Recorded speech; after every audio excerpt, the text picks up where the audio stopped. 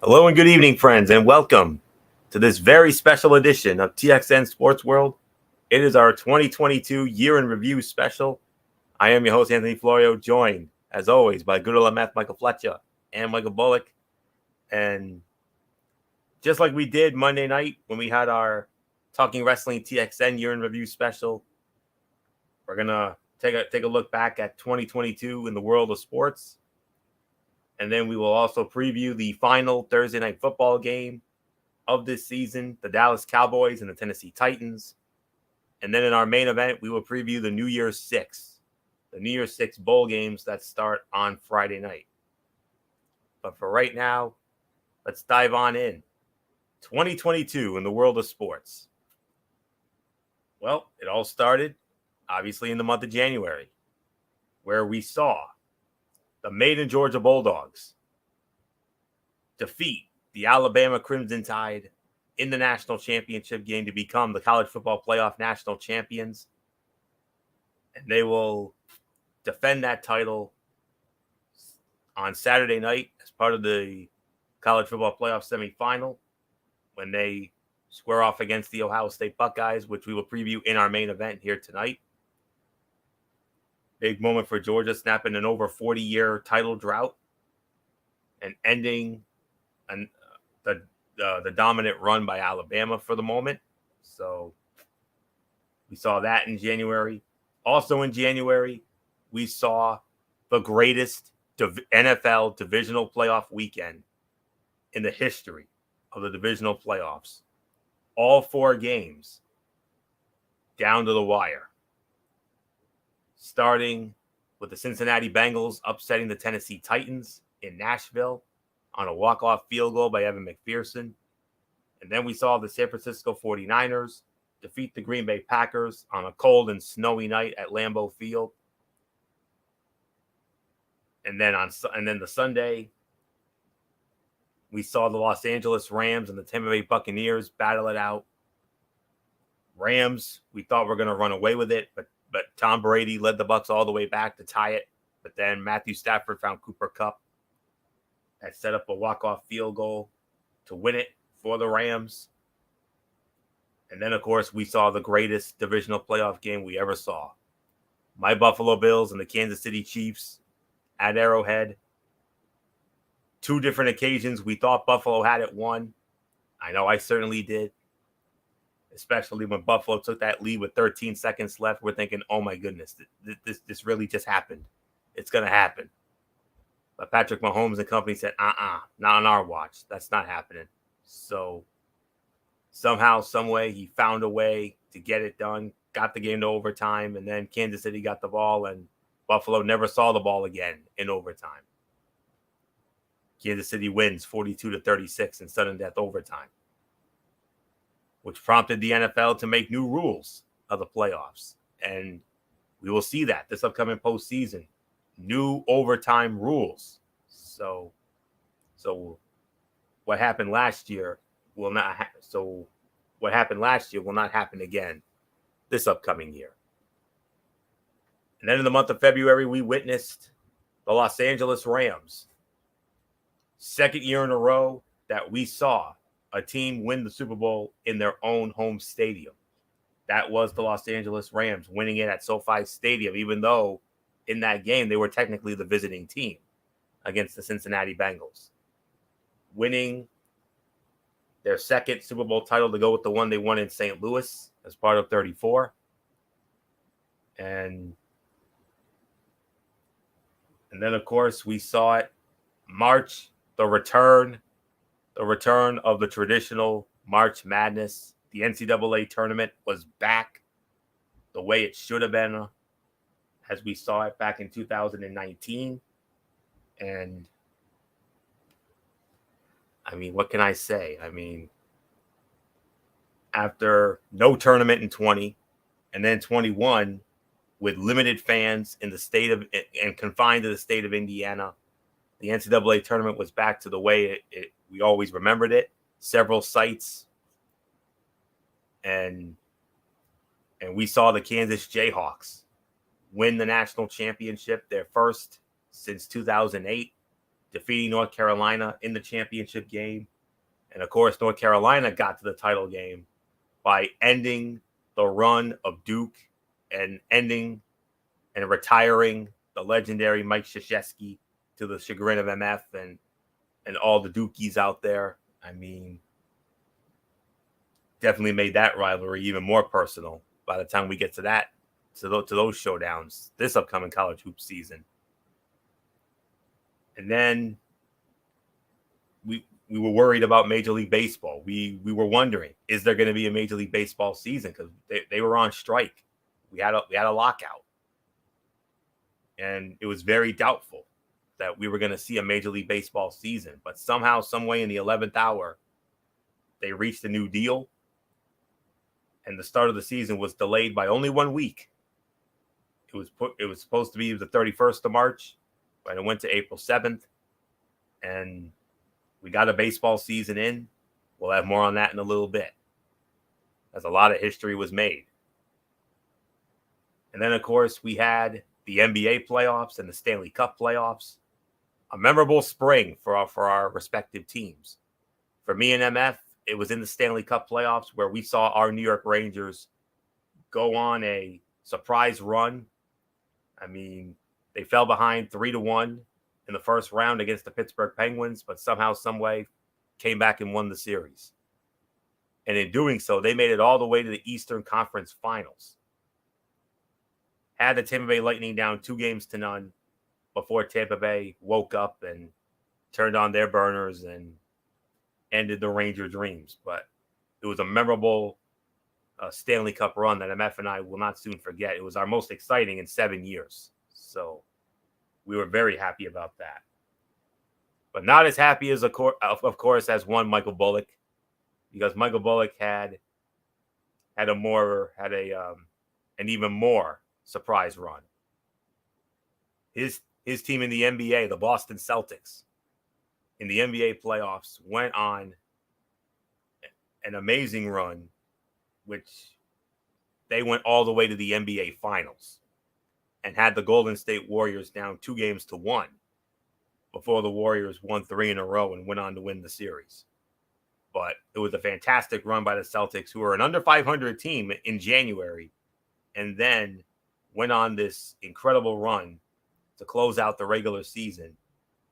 And then they went on to they went all the way to the NBA Finals.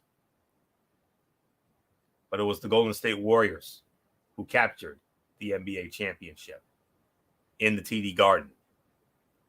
And ultimately in the Stanley Cup playoffs, it was the Colorado Avalanche winning their third Stanley Cup championship, and the first since, without a doubt, the most emotionally charged Cup win of all time in 2001 with Raymond Bourque, where he captured the heart of all of us, not just Bruin fans, but also hockey fans in general. But the Avs won it all. The most dominant team in the NHL, and they went on to win the Cup for the first time in 21 years. Major League Baseball had the All-Star game at Dodger Stadium. And, of course, we also saw a very exciting home run derby, maybe the greatest home run derby we ever saw, where a young man, Julio Rodriguez, who captured the hearts of all of us and gave us a reason to take him seriously. Of course, we saw another Field of Dreams game, and which was very interesting. And then, of course, the start of the football season, and with college and the NFL in September, exciting seasons both ways. And then in the month of October, late September and into October, Major League Baseball history was made as Aaron Judge of the New York Yankees broke the what we thought was an unbreakable record when it comes to the American League with Roger Maris, surpassing Roger Maris with 62 home runs, culminating with an American League MVP award, a very deserving award, I might add. And of course, he signed that big deal with the Yankees. He's staying with the Yankees, much to my delight. And Yankee fans everywhere, and was also named the captain of the New York Yankees, the first since Derek Sanderson Jeter. And I predict big things for the Yanks in 2023. But ultimately, it was the Houston Astros who went on to become the World Series champions, getting the redemption and the bitter taste out of the mouth from last year when MF and his Braves won it all. The Stros back on top, winning it at home, a 6-game win over the Philadelphia Phillies, and giving Dusty Baker, the best manager to never win a World Series championship, finally he got that opportunity, and he got to enjoy a World Series championship. And Houston will be right in that mix next year, no doubt about that. And now that leads us to where we are right now. But what other thing beforehand? The last thing, and that is the FIFA World Cup. Now, I'm not a soccer guy. I will honestly admit that. I don't follow soccer. Bullock and I don't really follow soccer religiously, but one good old MF Michael Fletcher does. And there's a reason why I dubbed him Screaming Michael Fletcher.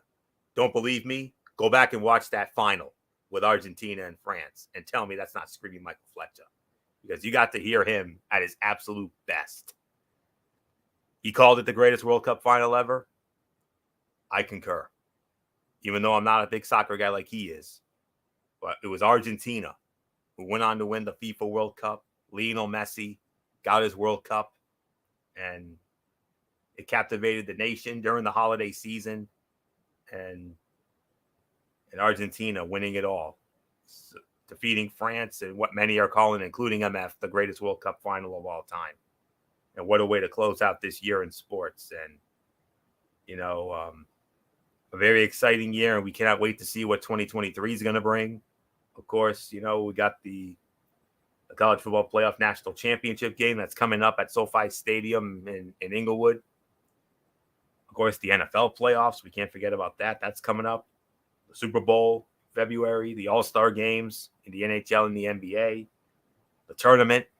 I mean, we're going to have that big show in March, obviously, the big selection show if all goes well, and then Stanley Cup playoffs, the NBA playoffs, and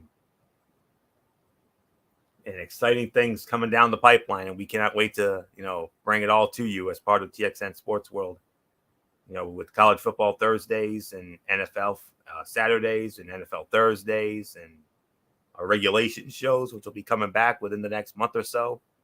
About a month or two from now, we'll be back to our regulation shows, and, cannot wait. So not much more for me to add here. So good old MF Michael Fletcher, come on in. What a year in sports in 2022. You heard everything you heard the rundown from me, and it culminated with you doing that Screaming Michael Fletcher thing I like in that epic World Cup final. Yeah, I can concur that this was the wildest year that we've ever had in sports, especially in the way of the competition. Um, Obviously, starts out with the final with the NCAA, the college football playoff. Um, I think right now, going into it, a lot of people were pulling for Georgia. A lot of people were pulling for Georgia. They wanted them to win the national championship. They were so close so many times, but Alabama was always that boogeyman for them. They just never got over the hump. On that night, Anthony, you and I witnessed it. Georgia played the perfect game and deserved to win the national championship. Um, there was nothing more to say about that. As far as the Super Bowl goes, well, relatively the NFL playoffs, yeah, one of the best playoffs we've ever seen.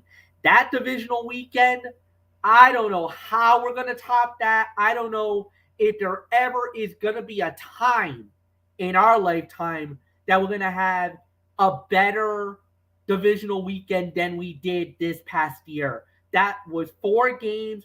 All games were absolutely insane, one on top of another. It was like from good to great to amazing. to basically legendary and iconic when you talk about Kansas City and Buffalo.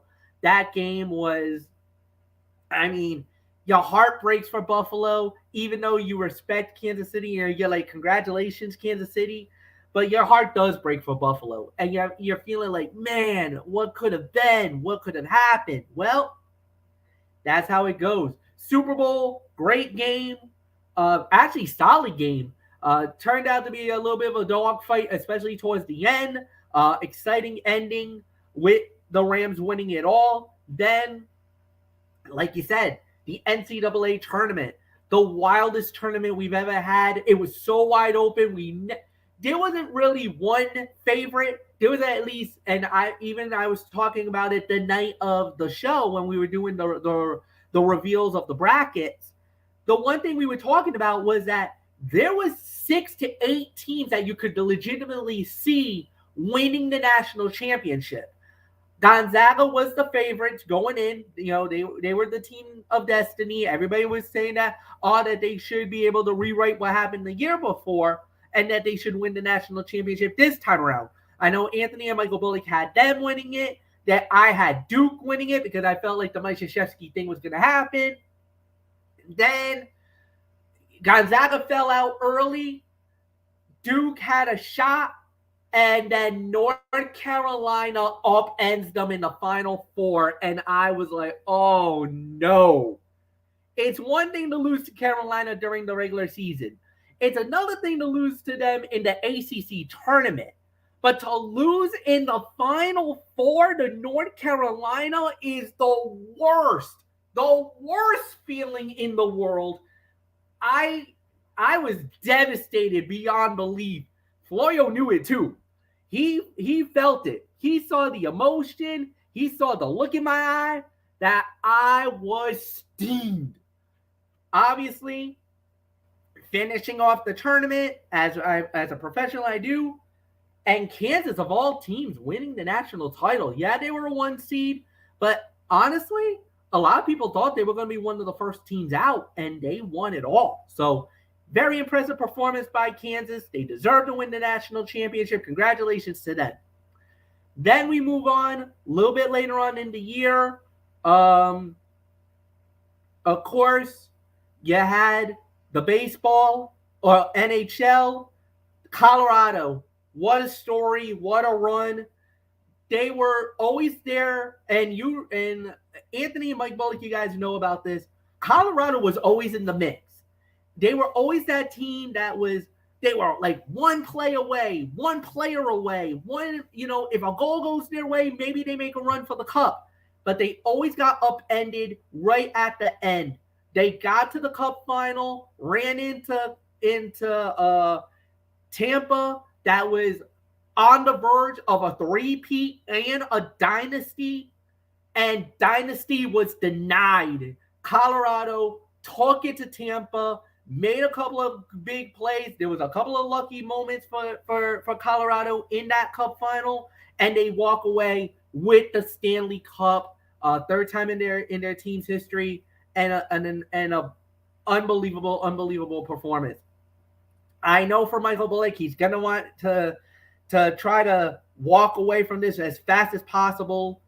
The NBA Finals, Golden State winning the championship on Boston Celtics, and not only winning it, but winning it on the legendary parquet floor. Yes, it's not the old Boston Garden. It is TD Garden in Boston, but that's still that legendary parquet floor, and Boston gets upended in their own house. Obviously a heartbreaker for them, devastating loss. But Golden State was not to be denied. They wanted it bad. They went out there. They took it to Boston.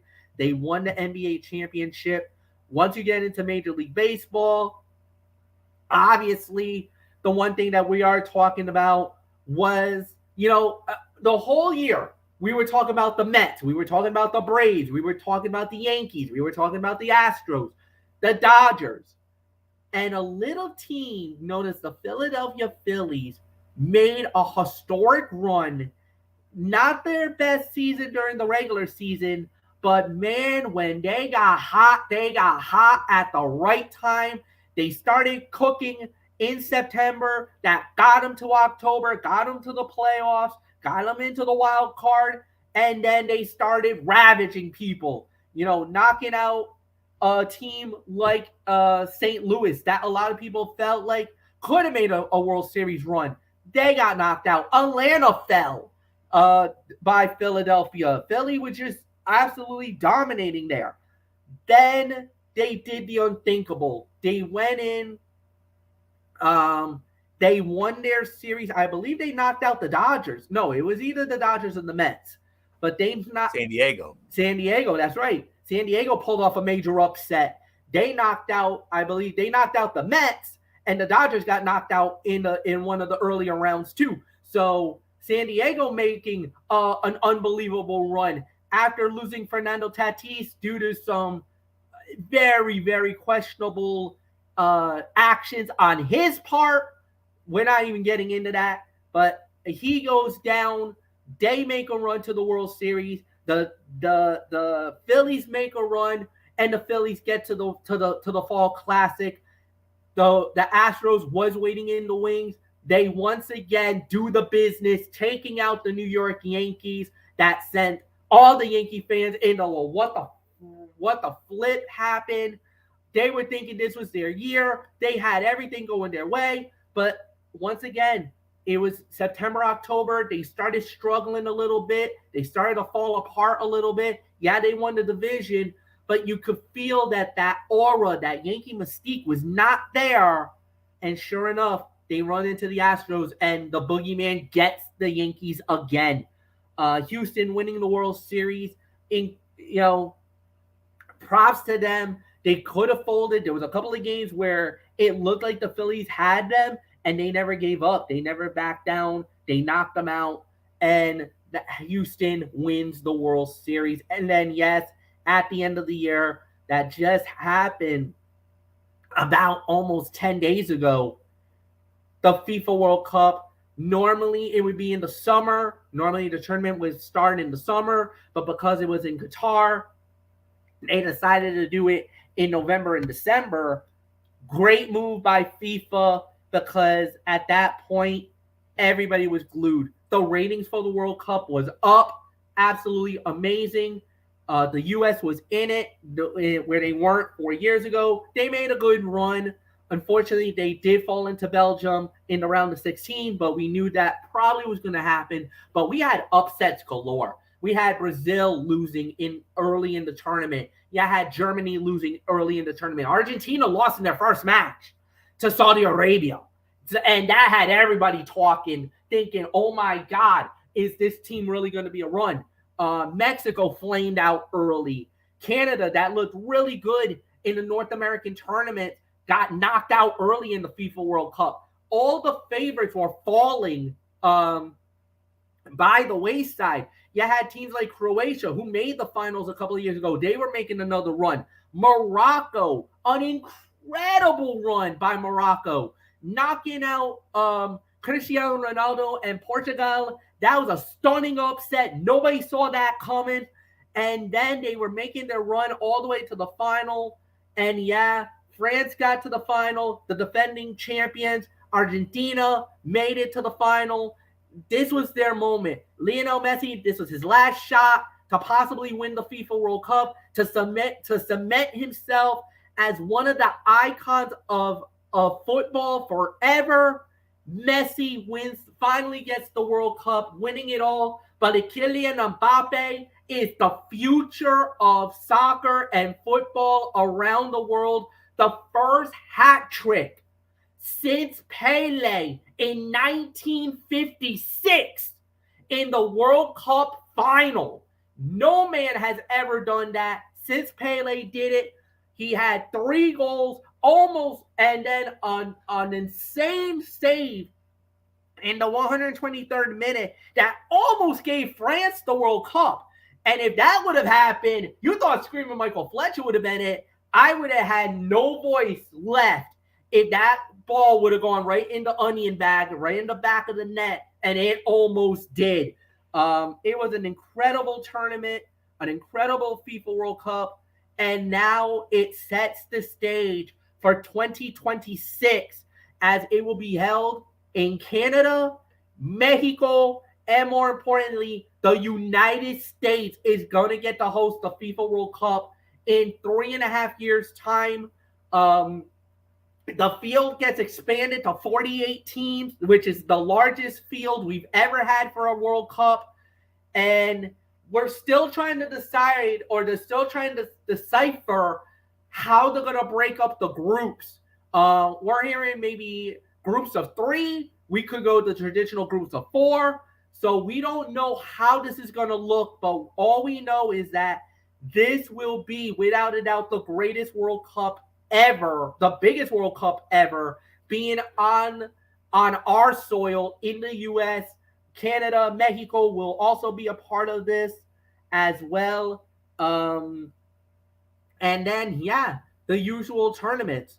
For all you tennis fans, obviously the Big Four, Australian Open that actually will start. That'll be the first major event outside, other than the college football. But you got that one going. Of course, the Super Bowl, the return of the World Baseball Classic.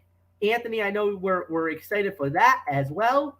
World Baseball Classic actually makes its return.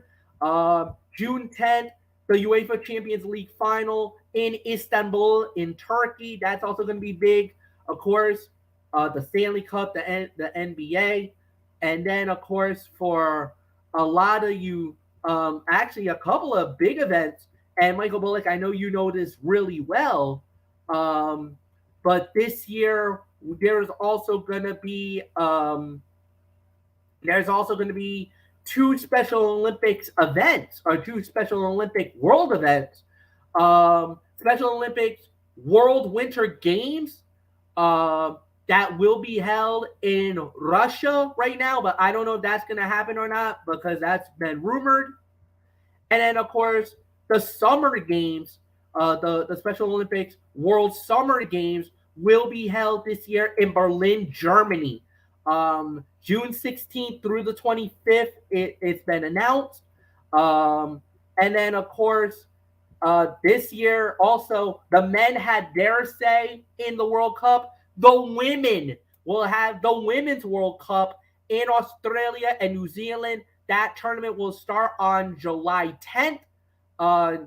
And from there, we go all the way through. So, yeah, it's been an incredible 2022. And we all will be expecting and all excited for 2023. The year in sports is going to be something to behold. Michael Bullock, I give it to you, my friend.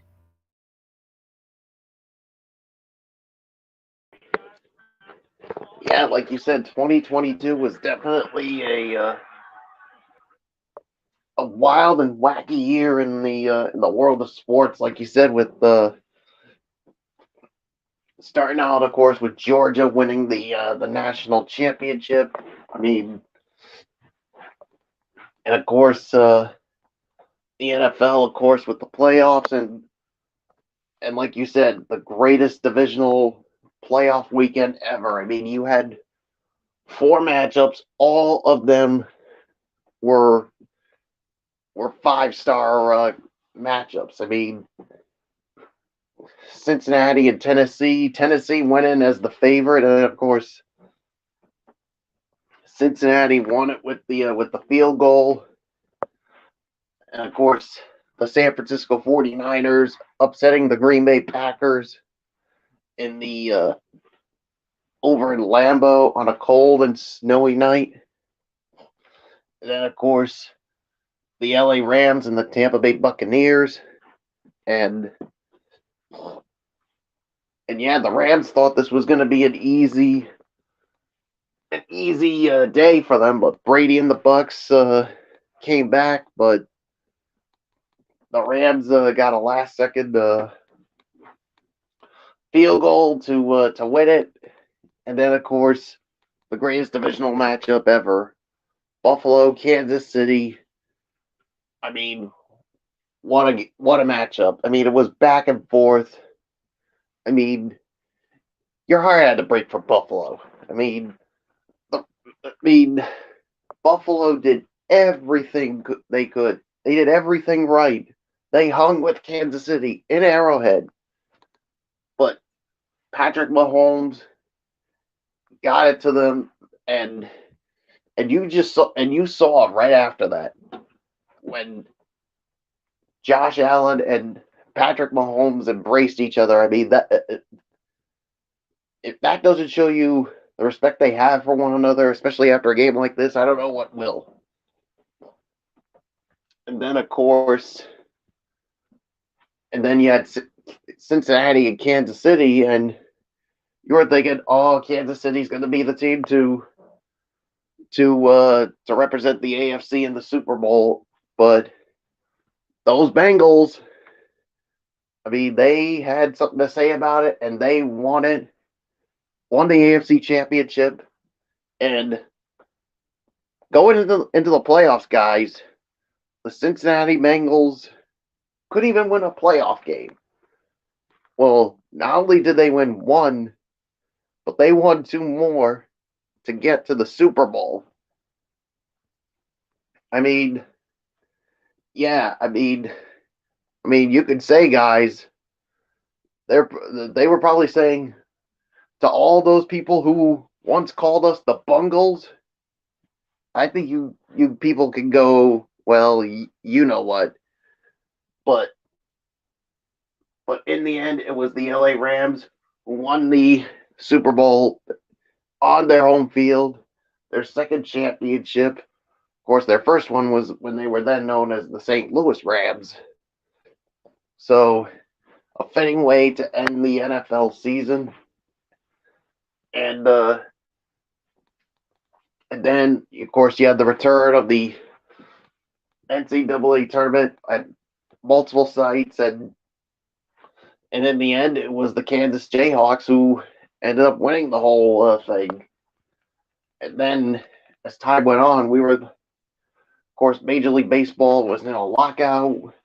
Many people were wondering, is there going to be a season? And as time went on, we were like, this is not looking good. But at the last moment, they got the deal done.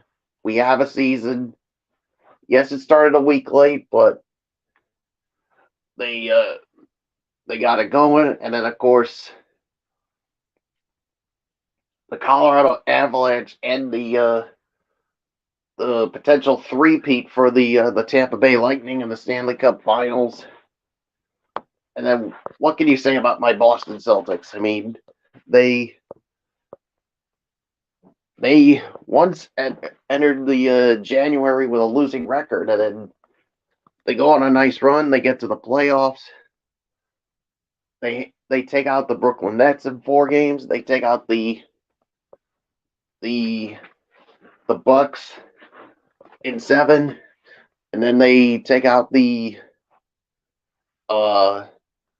Miami Heat in the Eastern Conference Finals in 7 games to get to the finals, only to lose to the eventual champion Golden State Warriors in 6 games.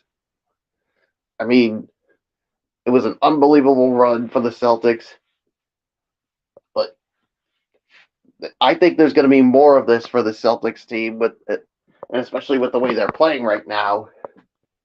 So don't be surprised to see the Celtics back in the finals in 2023. But I'm sure there's going to be a lot of other teams that have something to say about it in that Eastern Conference. And then, of course, we get to the baseball playoffs, and many people thought that the Yankees would be in it. Well, the Yankees were going to be in the World Series, but the Astros get in there. But the Philadelphia Phillies, I mean, what a run for them. I mean, to get to the World Series, but eventually the Astros did win it, and I'm sure for some Yankee fans, that's a bitter taste in the mouth. And I'm sure there were some Yankee fans that were probably like, oh, they probably cheated again. They cheated. No. That whole thing is done. It is finished. this time around, this Astros team, they won it fair and square. And yes, I mean, and you know what? There's one guy you had to be happy for, and that was Dusty Baker. This guy has been a big league manager for so long. He's had so many wins as a manager. There was only one thing missing, and that was a World Series title. And he finally got it, and I'm happy for him that now he can say he's a World Series champion manager now. So, and of course with the FIFA World Cup with Argentina winning it and Lionel Messi. I mean, Messi has accomplished so many things in his soccer career, and now he's a World Cup champion. And yeah, so definitely looking forward to a lot of things in 2023. Of course, like you said, the World Baseball Classic, and of course, and like you said, Fletch, with the Special Olympics, you got the World Summer Games in Berlin, Germany, and actually, my girlfriend Mary Ellen Powers is actually going to Berlin, Germany, not to compete, but I guess to do some kind of like a presentation about athlete leadership university. So she's going to represent not just Rhode Island, but to also represent the USA. So, and you know, it's going to be a very, very good experience for all these athletes who are going to be out there competing. And hold on, actually, I'm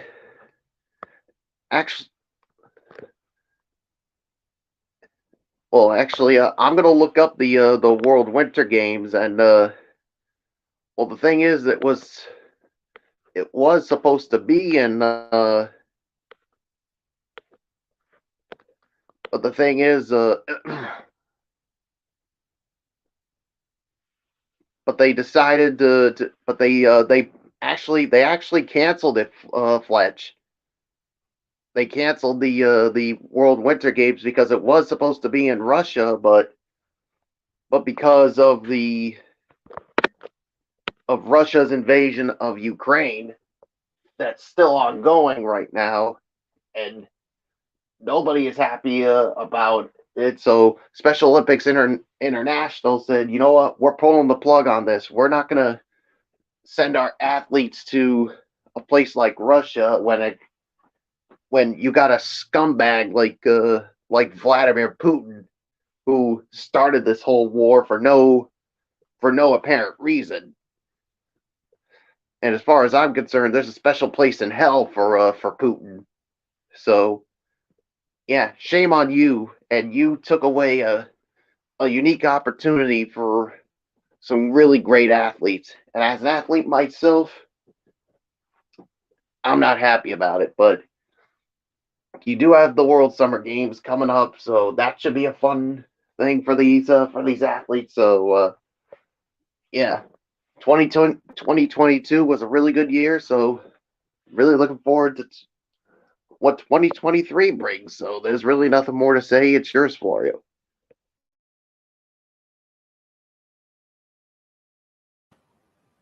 Okay, so with that, let's get into some previews now.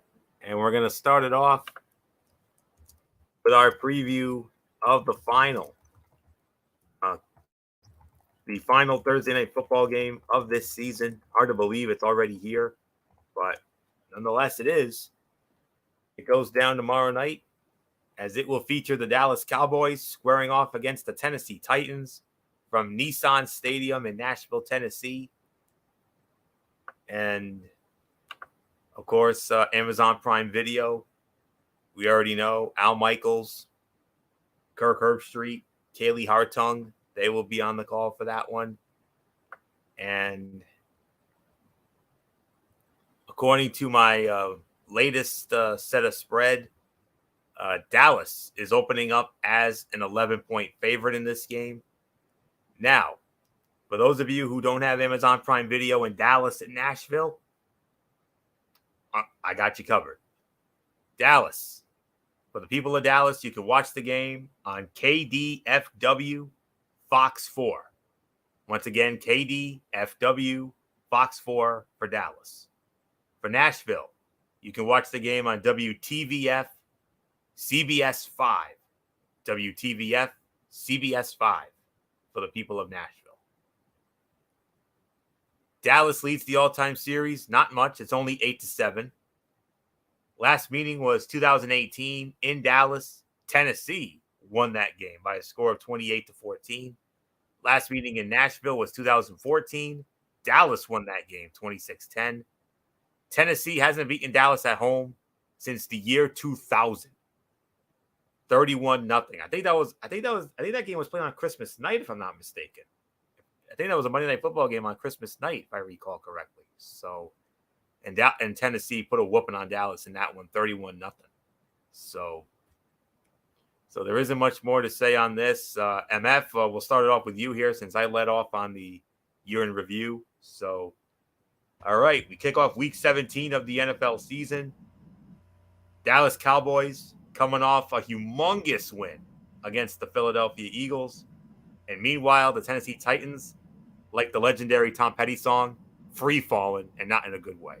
Yeah, free falling. There's a lot of concern with Tennessee because Ryan Tannehill is done for the year due to an injury. And now they're talking about possibly that they might not have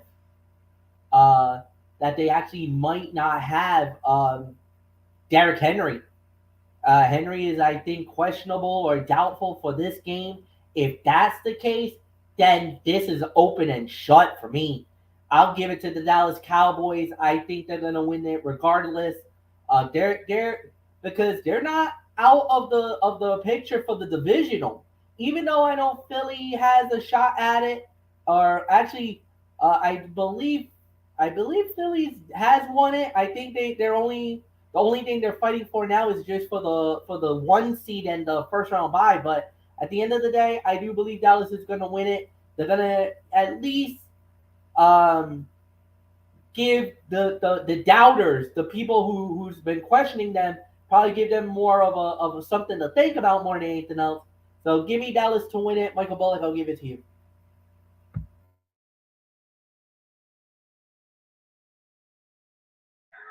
Yeah, what can you say? I mean, it's trouble for the Tennessee Titans, and Ryan Tannehill, like you said, he's done for the year, and now they may be without Derrick Henry. Yeah, it's going to be such a tall order for the Tennessee Titans, and yeah, a big victory for Dallas over the Eagles on Christmas Eve, and they're still in it for the division. So all they got to do is keep on winning and hope Philadelphia free falls. But we'll wait and see how it all happens. So, but I'm with you. I got the Dallas Cowboys winning this one as well. So it's yours, Florio. Yeah.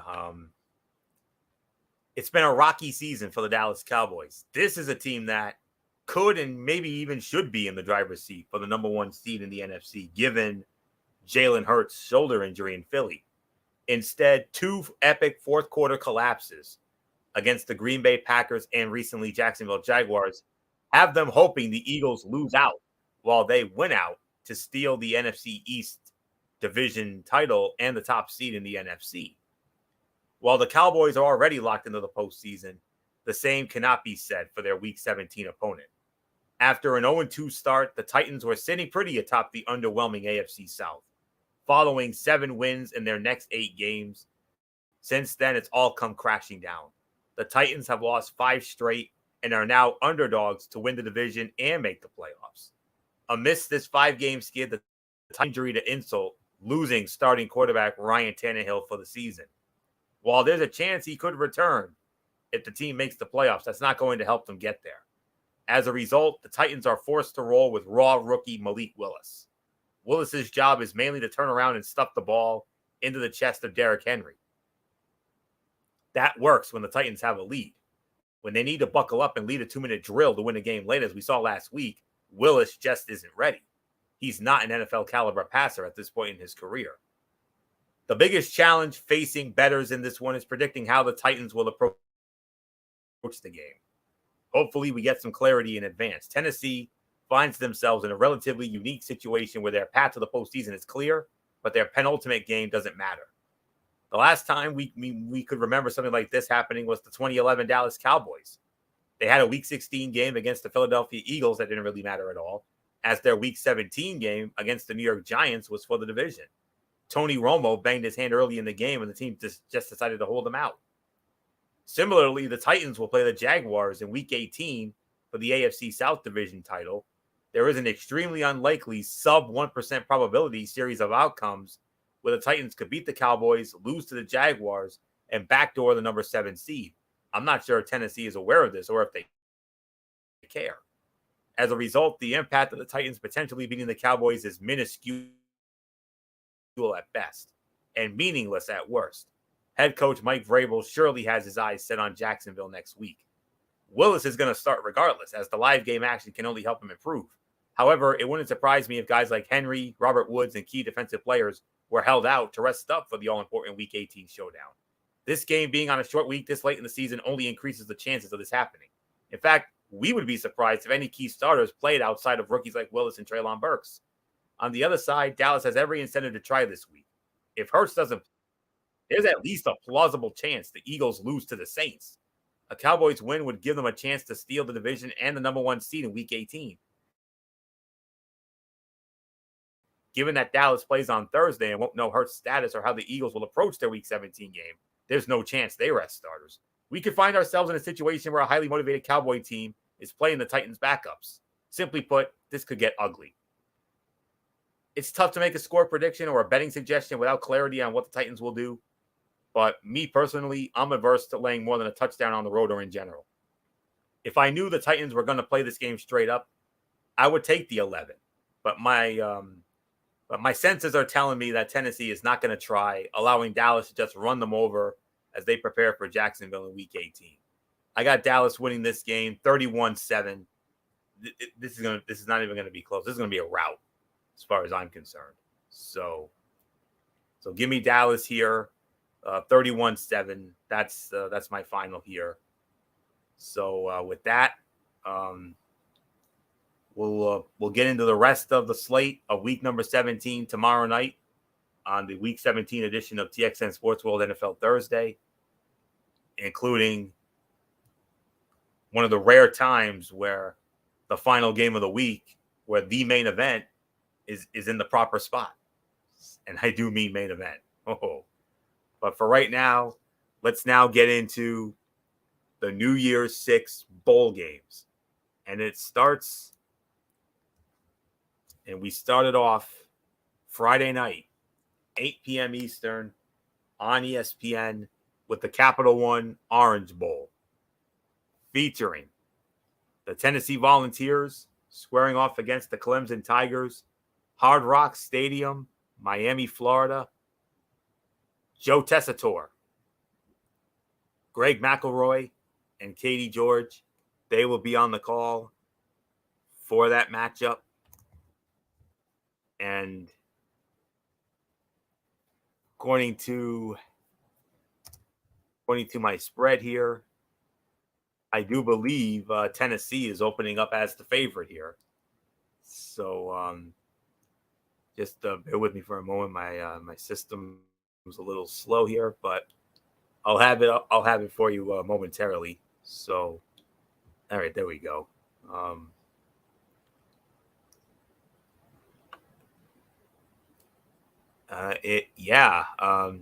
Actually, no, Clemson is opening up as a 5.5-point favorite in this Orange Bowl matchup. So those are the schematics. So Michael Bullock, we started off with you, Tennessee and Clemson. Capital One Orange Bowl. to start the New Year's Six. Who you got? Yeah, I mean this should be a good one right here. I mean, to start off the New Year's Six. I mean, both these teams are coming off of really good seasons, but obviously Tennessee, of course, they lost their star player for the season, so and you could never underestimate the Clemson Tigers here. I mean, they've been in these big games before. Well, Tennessee is in it, especially in a New Year's Six game. So I gotta go with the experience here. I gotta go with the Clemson Tigers to win this one. So it's yours, Florio. Yes, sir. Number 6, Tennessee takes on number 7, Clemson in the Capital One Orange Bowl at Hard Rock Stadium in Miami, Friday night. Clemson won the ACC championship under Dabo Swinney, and the Tigers are back in the New Year's Day Six Bowl. The Tigers will have a new quarterback and freshman Cade Klubnik, who took the starting job from DJ Uiagalelei. Swinney is 11-7 in the postseason, so Clemson has more than enough motivation in Miami. Tennessee is making its first New Year's Day Six appearance under second-year coach Josh Heupel. The Volunteers led the FBS with 47.3 points a game, but they will be without starting quarterback Hendon Hooker and All-American receiver Jalen Hyatt, who opted out of the bowl game. Tennessee leads the all-time series 11-6, and this is the first meeting between the teams since the 2004 Peach Bowl. And that's it. So the spread it's between 5.5 to 6 for Clemson. The line ticked upward and it bumped up 1.5 points after Hyatt announced his opt-out. 7 of Tennessee's games hit the over, but the under hit in 3 of their last 5, and 7 of Clemson's 13 games hit the over, including 3 out of the last 5. 3 things to watch. Number 1, Cade Klubnik's efficiency. Klubnik's efficiency has stood out, especially in a 20 of 24 passing performance in the ACC championship game. Klubnik averaged 8.2 yards per attempt, which is a significant jump from Uiagalelei at 6.8. Klubnik should have success against the Tennessee pass defense that allowed 287 yards a game this season. But the Tigers receivers are going to have to win their one-on-one battles against Tennessee's cornerbacks.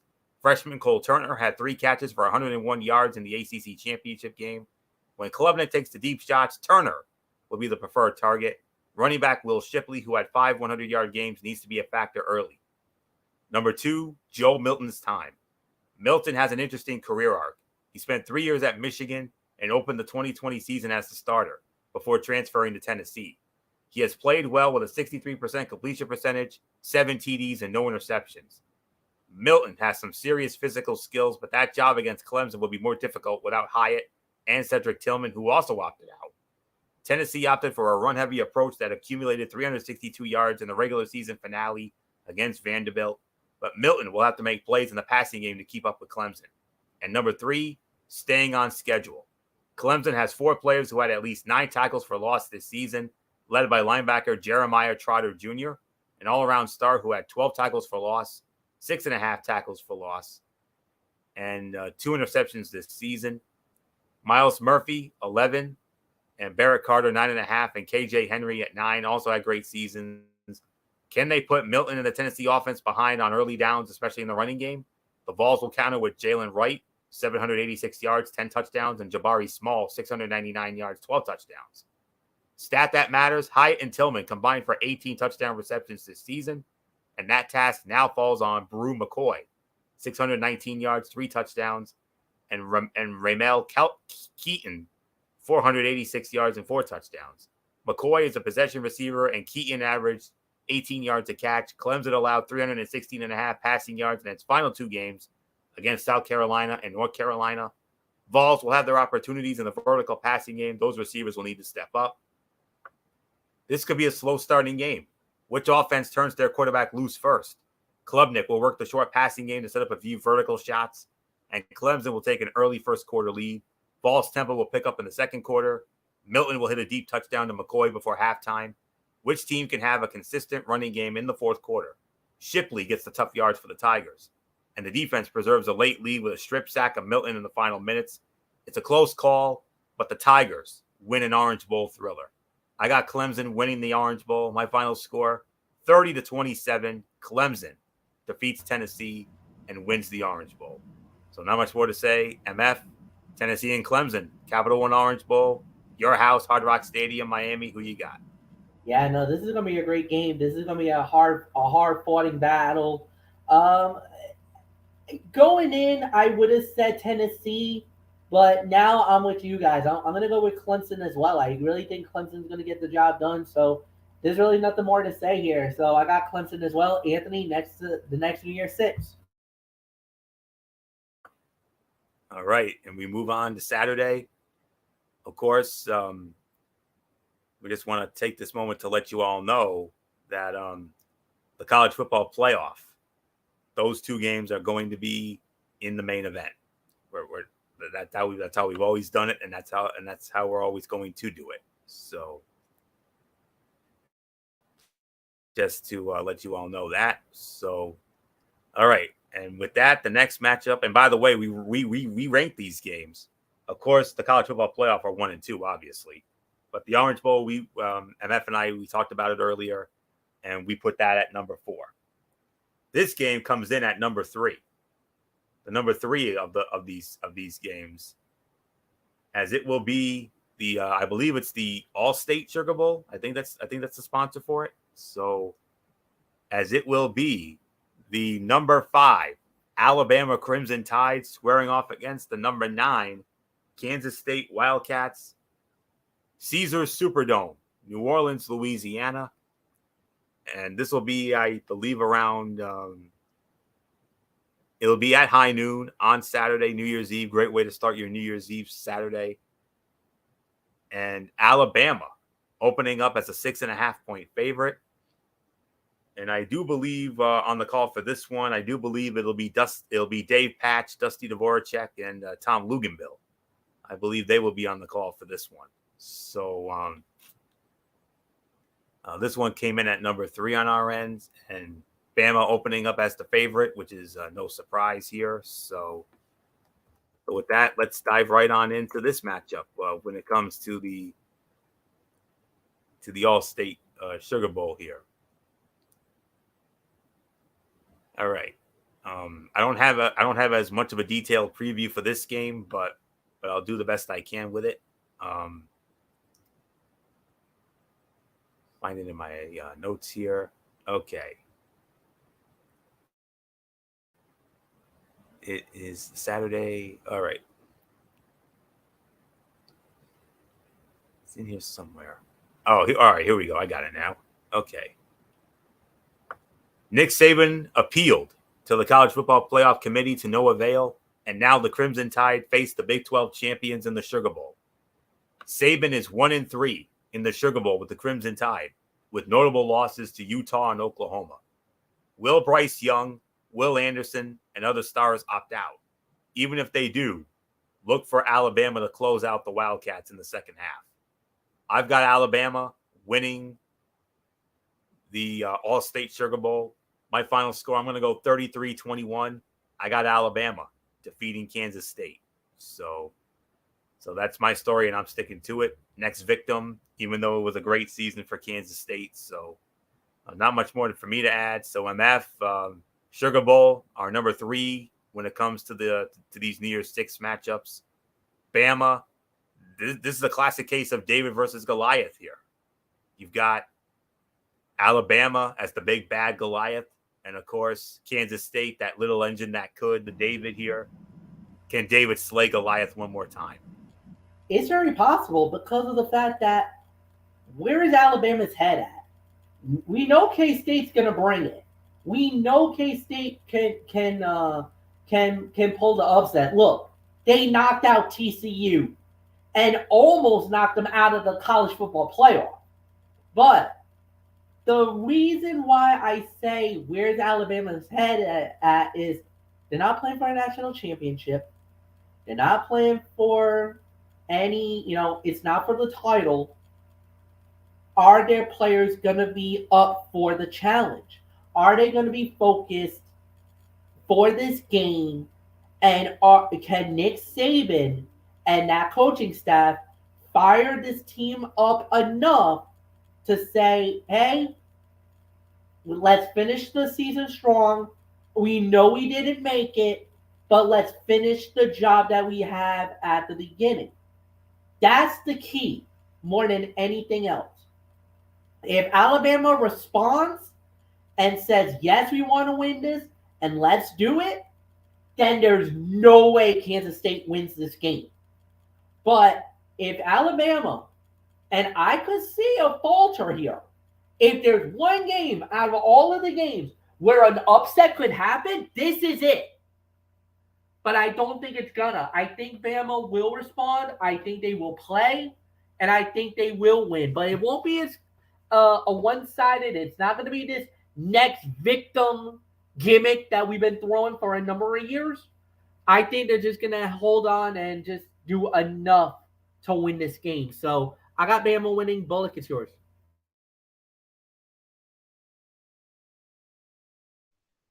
Yeah, I'm with you. I got Alabama as well. I mean, I think this is going to be closer than what people think. I mean, I think Kansas State can hang around with them, but I think in the end, Alabama's going to be too much. So give me the Crimson Tide to win this. So it's yours, Florio.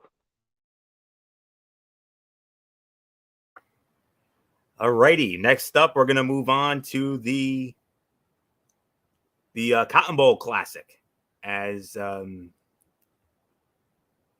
it will feature the team that won the hearts of all of us, especially me, because you guys know how much I love underdog stories.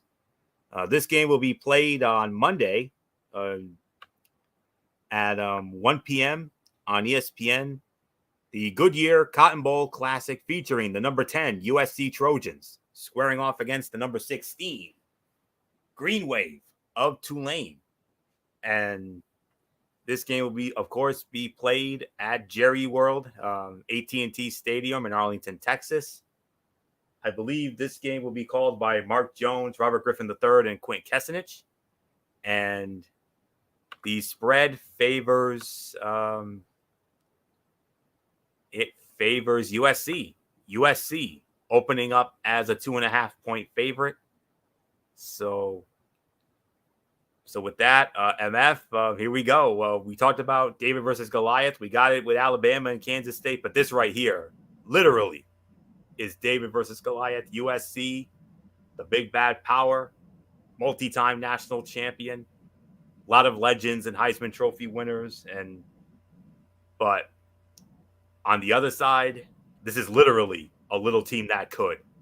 The Tulane Green Wave, who came out of nowhere, won the American Athletic Conference. They're now the darlings of college football. Can the darlings of college football pull off one of the biggest upsets in recent memory against SC?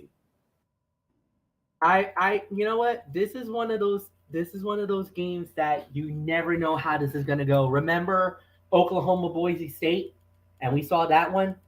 Remember, I don't know if it was Clemson or Georgia versus UCF, and we saw that one. And now here's another one of those type of matchups that it's a perennial powerhouse, one of the Mount Rushmores in sports, going up against one of the rising stars of the game. And yeah, we got to wait and see how it plays out, but there's really nothing more to add. I'm excited. I can't wait to see how this plays out. I kind of feel like SC is probably the favorite, but I don't know if it's going to happen or not. But yeah, SC is kind of the favorite going in here, and man, this is going to be so hard and absolutely interesting to see. So yeah, nothing more to say, and I got USC winning, but it's going to be as close as it can get. There's really nothing more to say. So yeah, nothing more to say. It's going to be awesome. Great game. I would love to see Tulane pull it off. And if they do, man, hats off to them. They deserve it. But, man, what a game this is going to be. So nothing more to say. Bullock, it's yours, man. Yeah, this is an ultimate underdog team in Tulane that nobody thought would be in the New Year Six, but yet here they are, and they're going to be going up against a USC team that's not really happy after their performance in the Pac-12 title game that pretty much killed any chance of them making the college football playoff. So USC is going to be motivated, and Tulane, I think, could definitely give them some fits here. But I just think in the end, I think USC is just going to be too much for them. So give me USC to win. It's yours, Florio.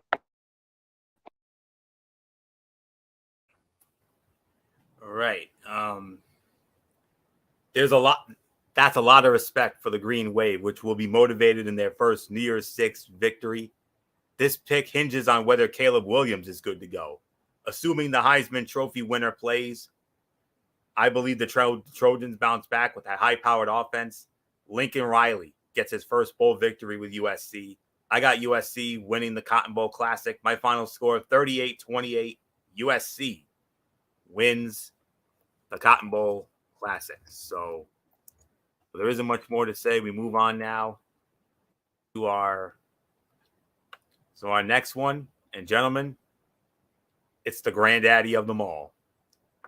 Monday, January 2nd, 5 p.m. on ESPN. And it will be the Rose Bowl game. The number 11 Penn State Nittany Lions squaring off against the number 8 Utah Utes. Game on ESPN, of course. Chris Fowler, Kirk Herbstreit, and Holly Rowe will have the call. Utah opening up as a 2.5-point favorite. So Michael Bullock, started with you. We got number 11 Penn State and number 8 Utah in the granddaddy of them all, the Rose Bowl game. Who you got? Oh man, I mean, this is definitely one of our favorite bowl games. The granddaddy of them all. I mean, the pageantry of the Rose Bowl. I mean, just the sight of it. I mean, you think of the history of this great event, and now you got Penn State and Utah that are going to be playing it. Yeah, this should be a really good game, but in the end, I think Utah is the better team. I think Penn State will challenge them early and give them some fits, but in the end, I got Utah winning this one, so it's yours, Florio. It won't serve as a college football playoff semifinal game this year, but the Rose Bowl, one of the top major bowl games in the New Year's Six, is still a must-watch event. The 108th playing of the Rose Bowl features number. Oh, I beg your pardon. I got the wrong set of notes, but all right. Thought I had the right one, but anyways, we know the history. We know that. Okay, here we go. Penn State, Utah, Big Ten, Pac-12. It has that feel once again. And granddaddy of them all is set with a traditional Big Ten, Pac-12 matchup as Penn State faces off against Utah. Penn State brings in an offense gaining in confidence after finishing the regular season strong, averaging 41 points a game the last month of the year behind veteran quarterback Sean Clifford, who was playing in his final game, aided by running back Nicholas Singleton, who averages an elite 6.3 yards a carry.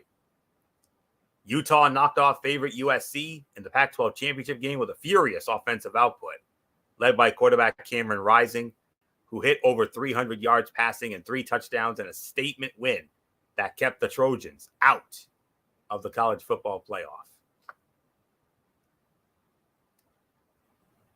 Doing a lot of, I've been thinking about this one. It's a tough one to call. Honestly, could go either way. It really can.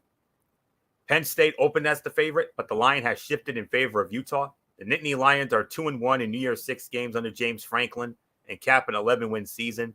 Running back Tavion Thomas, Clark Phillips III, and Dalton Kincaid are out for the Utes. Utah, however, uses the experience from last year's Rose Bowl loss to pull out a victory in the fourth quarter with quarterback Cam Rising. I'm going with Utah to win the Rose Bowl. My final score, it's going to be another high-scoring affair. These Rose Bowl games tend to be high-scoring every year. This year won't be any different. 31-28, I got Utah defeating Penn State to win the Rose Bowl. So I think it's only fitting we wrap it up with the man who loves this game more than anybody. Who this one is always in his heart forever and always. his favorite of the Rose Bowl, of all the bowls, other than the playoffs, of course. MF, we all know how much this game means to you, and we know this one's going to be. You got to believe it's going to be another high scoring shootout, like it's always been. Like what, for the last several years now, we've had high scoring shootouts. It's always been exciting. It's always been exciting. It's always been back and forth. It's always been everything in this game, and I think it's going to be again. Yeah, this is going to be an excellent Rose Bowl game. National, when you got two teams that could really stand out more than anything else. You know what? Like you said, going into this was going to be a Penn State possible look, and now I feel like it is Utah, the team of destiny now. After Utah, what they did in their bowl game or in their in the Pac-12 championship, what they did to USC, I kind of feel like they're gonna bring that intensity, that fire, that everything, bringing it into that Rose Bowl. Over 100,000 that is projected to be at that stadium that afternoon.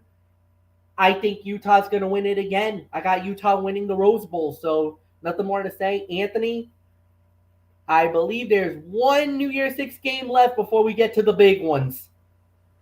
I think we've covered them all, actually. So yeah, we have. Is this it? Are we? Is it main event? The main event? Double main event. Let's go. Yeah, let's go, boys. Here we go. But just to be clear, I just want to let you all know the Orange Bowl game came in at number 4. That's our number 4 game. The Sugar Bowl came in at number 3. The Cotton Bowl came in at number 6. And the Rose Bowl came in at number 5. But we got the number 2 game and the number 1 game coming up. So we start with the number 2 game, and of course, in the chronological order, this game came in at number 2. Could have gone either way, but by a smidge, we decided to put this one at number 2. As here we go, guys. The first college football playoff semifinal matchup. The number 2 Michigan Wolverines squaring off against the number 3 TCU Horned Frogs, the Verbo Fiesta Bowl from the home of Super Bowl 57 in February, State Farm Stadium in Glendale, Arizona, the home of the Arizona Cardinals, of course. On ESPN, 4 p.m. Eastern on Saturday, New Year's Eve, as it will feature Sean McDonough, Todd Blackledge, along with, I believe it's Molly McGrath and Tiffany Blackman on the sidelines. Michigan opening up as a 7.5-point favorite. Michigan is making its second straight college football playoff appearance under Jim Harbaugh. The Wolverines are an excellent combination of offense at 40 points a game and defense, only allowing 13.4 points a game. The only team in the CFP that ranked in the top 10 in both categories. Quarterback J.J. McCarthy emerged late in the season, and Donovan Edwards has emerged as a breakout star since Blake Corum suffered a season-ending knee injury. TCU is making its first ever college football playoff appearance under first-year coach Sonny Dykes. Heisman Trophy runner-up Max Duggan leads a Horned Frogs offense that averaged 40.3 points a game, and TCU won 5 games against ranked teams in the regular season before falling short in the Big 12 championship game against Kansas State. It's the first Big 10, Big 12 matchup in the CFP, and which team asserts their style of play will be a difference maker in the desert. The Wolverines opened as an 8.5-point favorite on some sports books, and the movement suggests value in the Horned Frogs. 4 of TCU's last 5 games hit the under. Michigan hit the over in the back-to-back victories against Ohio State and Purdue to end the regular season. 3 things to watch. Number 1, McCarthy and Edwards. The sophomore combination has stepped up in the absence of Corum, especially those last 2 games. McCarthy closed the season with back-to-back 3-touchdown games, but he still had a 56.1% completion percentage. TCU has 3 defensive backs with at least 3 interceptions in Thorpe Award winner Travius Hodges-Tomlinson, Bud Clark, and Josh Newton. How cautious will Harbaugh be in the passing game? Edwards might be the answer. The 202-pound running back averaged 9.1 yards a carry in the wins against Penn State, Ohio State, and Purdue. He's rushed for 100 yards in every game he had, at least 15 carries. Expect another 20 carries or so for Edwards. Number 2, dual threat Duggan. In 10 games against Big Ten quarterbacks, Michigan allowed 44 rushing attempts, for a -4 yards. Outside of a 62-yard run by Penn State's Sean Clifford, the quarterback has not been a factor against the Wolverines' edge defense, which features disciplined linebackers in Junior Colson and Michael Barrett. How much of a playmaker outside the pocket can Duggan be? Will that lead to the deep shot with Quentin Johnson, who averaged 17 yards a catch? And number 3, second half adjustments. Michigan's coaching staff has been incredible after halftime this season. The Wolverines have a plus 206-point differential after halftime, and the Horned Frogs have a plus 98-point differential after halftime. TCU running back Kendre Miller will need to be a factor in the running game in the second half for the Horned Frogs to close this gap. The stat that matters, TCU should be able to move the ball with Duggan against the Michigan defense. Ohio State and Purdue averaged 474 total yards in the last 2 games. What was the difference? The Buckeyes and Boilermakers combined for 3 touchdowns and 6 field goals in those games. Duggan needs to lead touchdown drives when TCU gets in the red zone in order to give the Horned Frogs a chance in the fourth quarter. Michigan opponents scored 11 touchdowns in 29 red zone attempts this season. The Wolverines are 0-3 all-time in bowl games against Big 12 teams, but that last meeting was in 2013. You can't read too much into those games, but the style of play factor is huge.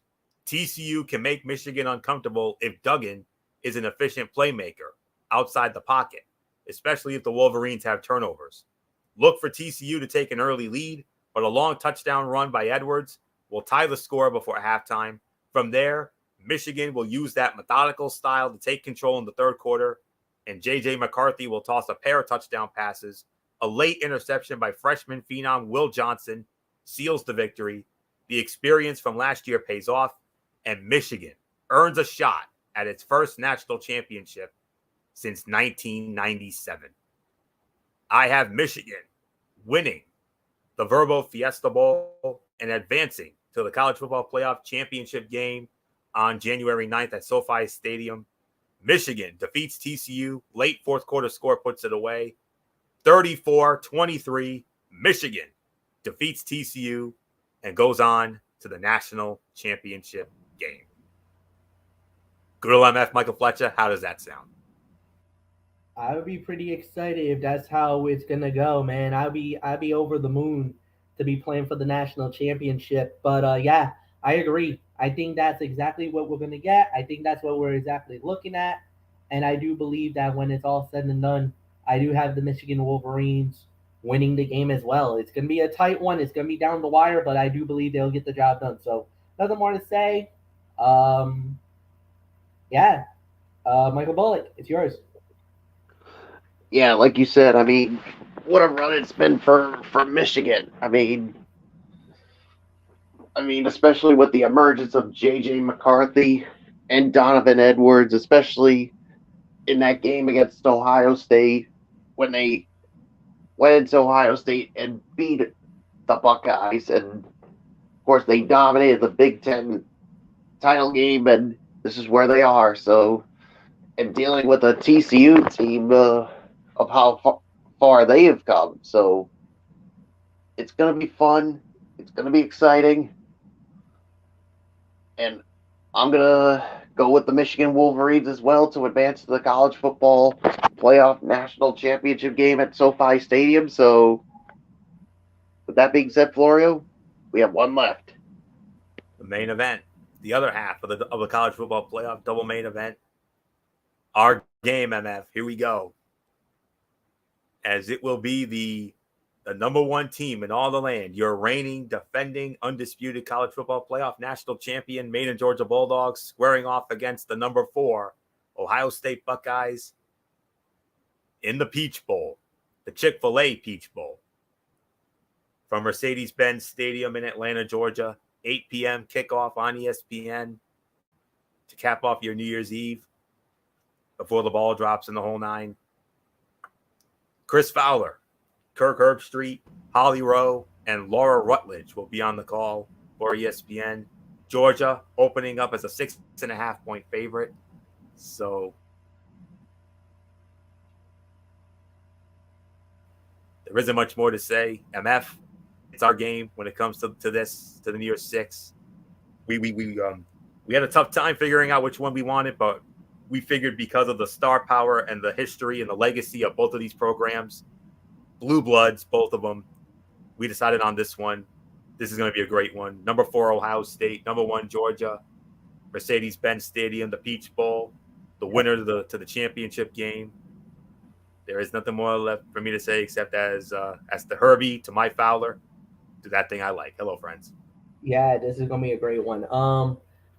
A lot of people are really skeptical about Ohio State and the way that they got to the championship. Of course, when you're talking about one of the best teams out there, you got to talk about Georgia. They've been dominating all year long, and I just don't see Ohio State getting it. I just don't. I think they're going to make a valiant effort, but I just don't think they're going to have enough horses to hang in there. Second half collapse by Ohio State that should open the game and actually blow the game open for Georgia.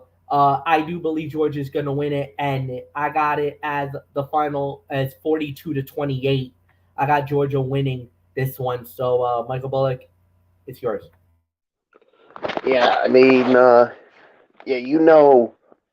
Ohio State's going to put up a really good effort here.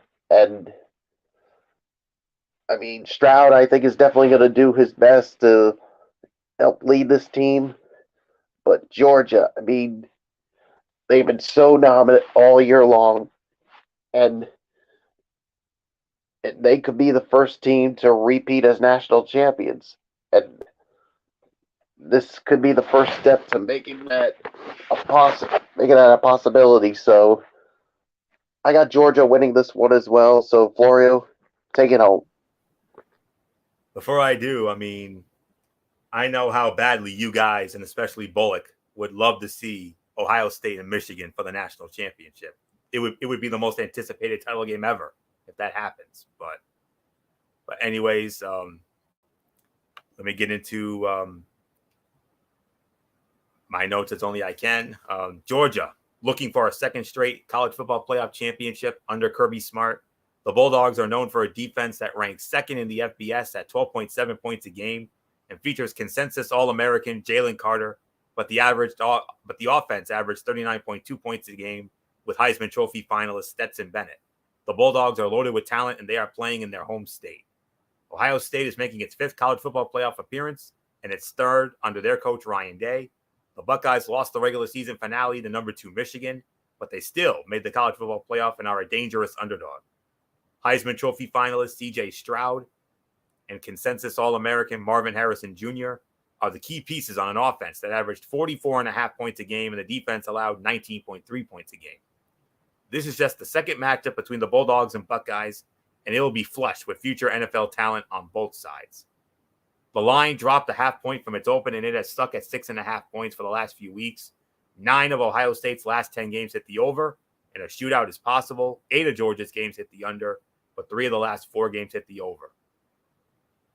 3 things to watch. Number 1, Ohio State's defense. The Buckeyes improved on defense under first-year defensive coordinator Jim Knowles. Which defense shows up in Atlanta? Will it be the one that allowed 3.4 yards to carry for the season and had breakout performances from linebacker Tommy Eichenberg, 112 tackles, 12 for loss, and edge rusher JT Tuimoloau? Or will it be the one that gave up 7.2 yards to carry to Michigan and an assortment of chunk plays? Georgia averaged 207 rushing yards a game in the committee of Kenny McIntosh, 709 yards, 10 touchdowns, Dajuan Edwards, 683 yards, 7 touchdowns, and Kendall Milton, 531 yards, 5 touchdowns, will be a challenge to stop. Number 2, Ohio State wide receivers versus Georgia defensive backs.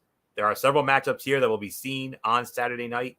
Marvin Harrison Jr., 1,157 yards, 12 touchdowns, and Emeka Egbuka, 1,039 yards, 9 touchdowns are the best receiving tandem the Bulldogs have seen this season. And Georgia did allow 502 passing yards in the SEC championship game against LSU. Georgia safeties Christopher Smith, consensus All-American, and freshman phenom Malachi Starks will be tasked with limiting the chunk plays on the back end. The Bulldogs limited Tennessee receivers Jalen Hyatt and Cedric Tillman to 13 catches, 131 yards, and no touchdowns. Stroud will have to be patient in the short and intermediate passing game.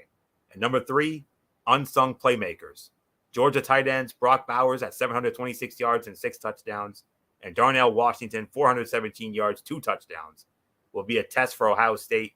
But Ladd McConkey, 675 yards, 5 TDs, scored a touchdown in all 3 games against ranked teams. Travion Henderson with a foot injury is out for the Buckeyes, and they need to establish a running game with Mayan Williams, 817 yards, 13 touchdowns.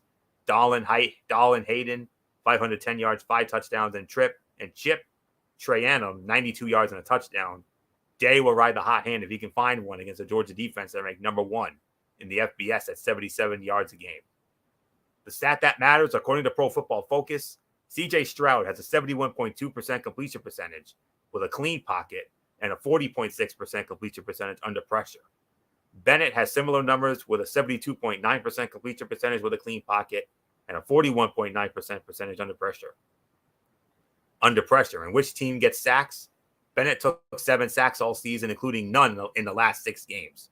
Stroud took 8 sacks. It was only sacked multiple times once this season against Penn State on October 29th. The Buckeyes will have a better chance to pull the upset the higher the score gets. Will the Ohio State defense recalibrate after multiple breakdowns against Michigan? Bennett has owned the big stage for Georgia this season. He's hit 68.4% of his passes, averaged 299.7 passing yards, and totaled 8 TDs and no interceptions against ranked teams. He shakes off an early interception to lead a touchdown before halftime to give the Bulldogs a lead. That stretches to double digits in the second half before Stroud leads a late rally with a second touchdown pass to Harrison. The Buckeyes have a chance for a game-winning drive in the final minute, but the Bulldogs come up with a stop to advance to the championship for the second straight year. Give me Georgia to win it. My final score, 33-28. Georgia defeats Ohio State and sets up Michigan and Georgia for the College Football Playoff National Championship on January 9. So with that will put the bow on this special edition of TXN Sports World, our 2022 year in review. We want to thank you all so very much for tuning in all year long. We look forward to bringing you more exciting content in 2023. Of course, we'll be back with you again tomorrow night, 10:30, right back here on the Tone 25, the Week 17 edition of TXN Sports World NFL Thursday. At some point, we will recap the Cowboy-Titan game.